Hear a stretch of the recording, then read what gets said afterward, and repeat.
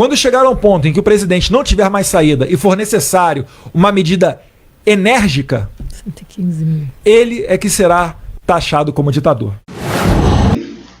Nós estamos caminhando agora para uma fase bastante complexa, bastante polêmica com o governo Bolsonaro. O Bolsonaro e a sua trupe, a sua família, ameaça de vez a democracia. Estamos chegando ao momento mais duro. E acredito que essas ações, como a ação da PF, coordenada pelo Supremo Tribunal Federal ontem, que foi nas residências do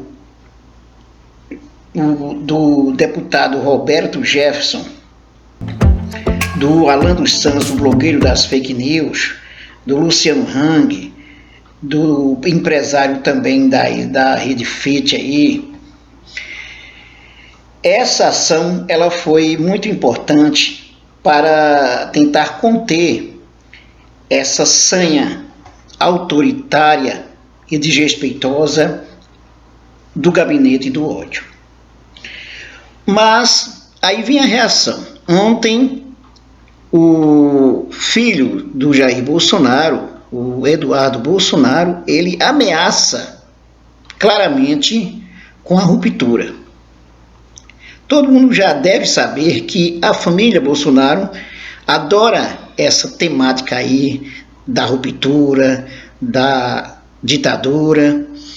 O Eduardo Bolsonaro, como vocês também lembram, ou devem lembrar, ele já ameaçou com o AI-5. E agora ele vem com essa ação da PF, ele vem com mais uma. Aqui no site do UOL tem Eduardo Bolsonaro diz que está chegando o momento de ruptura.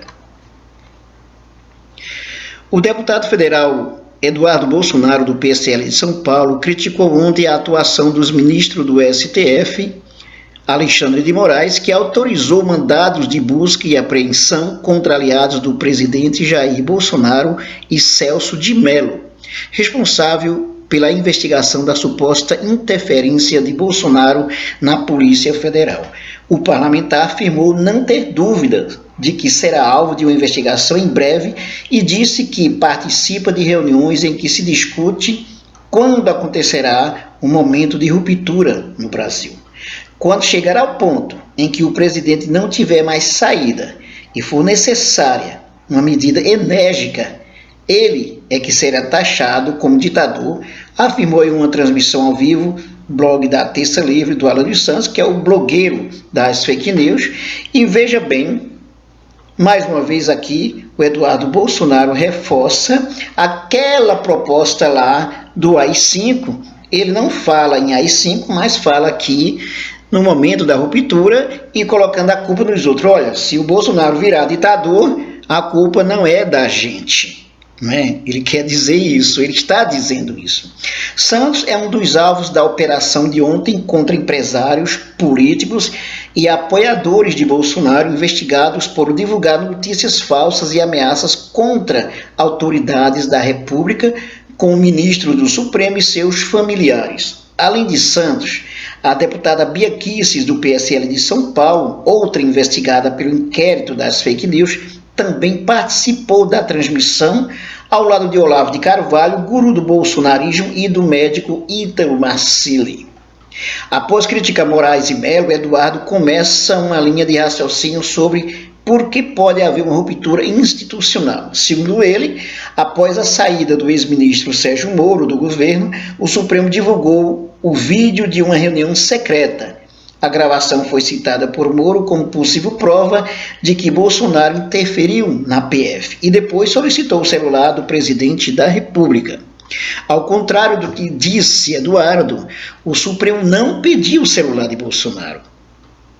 PDT, PSB e PV pediram ao Supremo a apreensão dos aparelhos dentro das investigações sobre interferência política na PF.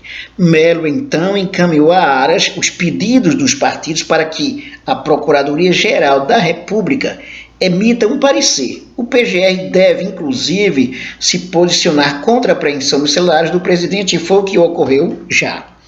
Não tenho dúvidas que amanhã vai ser minha casa, que cumprirão mandado de busca, que se nós tivermos uma posição colaborativa com o Supremo, vão entrar na nossa casa dando risada. Até entendo que tem uma postura moderada.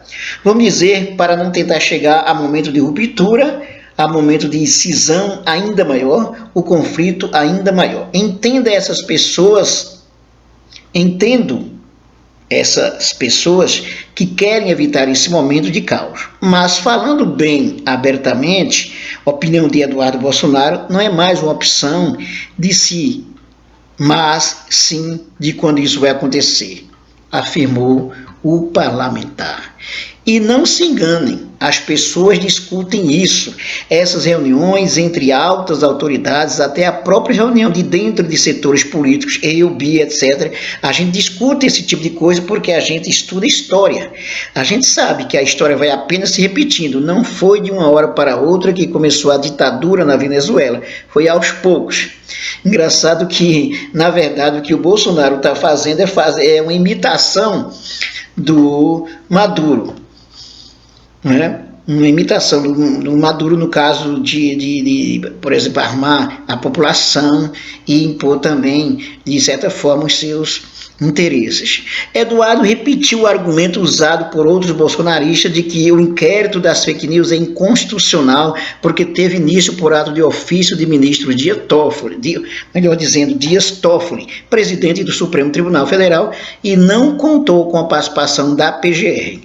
Ora, comentando, mas se o próprio Supremo Tribunal Federal é alvo de ameaças, claro, os criminalistas, inclusive, já afirmaram que o STF pode sim fazer esses atos de ofício, nesse caso. Criminalistas ouvidos pelo Estadão, no entanto, dizem que, embora não seja comum, não é ilegal que um ministro do Supremo dê início à investigação, e lembraram que a prática já foi até defendida por bolsonaristas. A postura de confronto adotada por Eduardo vai na mesma linha do tom adotado pelo seu pai, o presidente Bolsonaro. Também na noite de ontem, o presidente criticou a decisão de Moraes, dizendo que cidadãos de bem tiveram seus lares invadidos por exercerem seu direito de liberdade de expressão. Aqui o Bolsonaro confunde ameaça com liberdade de expressão. Ameaça com liberdade de expressão. Inclusive, uma das que foram alvo dessa operação, uma das blogueiras, né? Uma das youtubers, ela chegou a ameaçar o ministro do Supremo Tribunal Federal, o Alexandre de Moraes. A Sarah Winter chegou a chamar, inclusive, o Alexandre de Moraes para briga, dizer que não era homem, que disse que se morasse em São Paulo, ele iria ver o que iria acontecer, coisa desse tipo aí, né? Então, se trata de ameaças e não de liberdade de expressão. É um sinal que algo de muito grave está acontecendo com nossa democracia, escreveu Bolsonaro no Twitter. Ele também declarou que está trabalhando para que se faça valer o direito à livre expressão em nosso país. Nenhuma violação desse princípio deve ser aceita passivamente.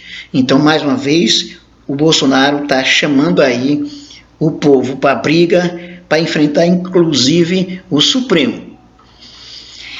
Em reunião com auxiliares na noite de ontem, Bolsonaro discutiu detalhes de um habeas corpus preventivo ao ministro da Educação, Abraham Weintraub, para evitar que ele preste depoimento na Polícia Federal por dizer que ministros do Supremo deveriam ser presos na reunião de 22 de abril. Também está em discussão a possibilidade de se entrar com ações na Justiça contra os ministros Alexandre de Moraes e Celso de Mello por abuso de autoridade. Ora, por que é que Bolsonaro e sua trupe estão tão preocupada? Porque estão chegando na sua alcateia aí, estão chegando muito próximo para desvencilhar, inclusive, o gabinete do ódio, para para acabar com o gabinete do ódio e com essa onda de perseguição que o Bolsonaro, desde o período da eleição, que armou junto com sua família, pelo menos é o que se apresenta. Então é isso, pessoal. O Bolsonaro e sua família definitivamente afirmam que irão sim chegar ao extremo caso seja necessário. E que necessário é esse? À medida que eles percebem que estão chegando a ele, que as investigações vão demonstrar as suas arbitrariedades, a sua esculhambação, então, claro que ele não vai deixar, né? E ameaça, inclusive, com a ruptura da democracia. Aqui no 247, inclusive, Bolsonaro disse que acabou e manda a PF desobedecer o Supremo Tribunal Federal. O Jair Bolsonaro criticou a operação da PF desta quarta-feira contra aliados acusados de envolvimento na distribuição de fake news. Segundo ele, ordens absurdas não devem ser cumpridas pela corporação. Portanto, aí ele fazendo mais uma ameaça. Inscreva-se no nosso canal, dê um like e ative o sininho para receber nossas novidades. Acesse nossas playlists de sociologia, política, atualidades e muito mais.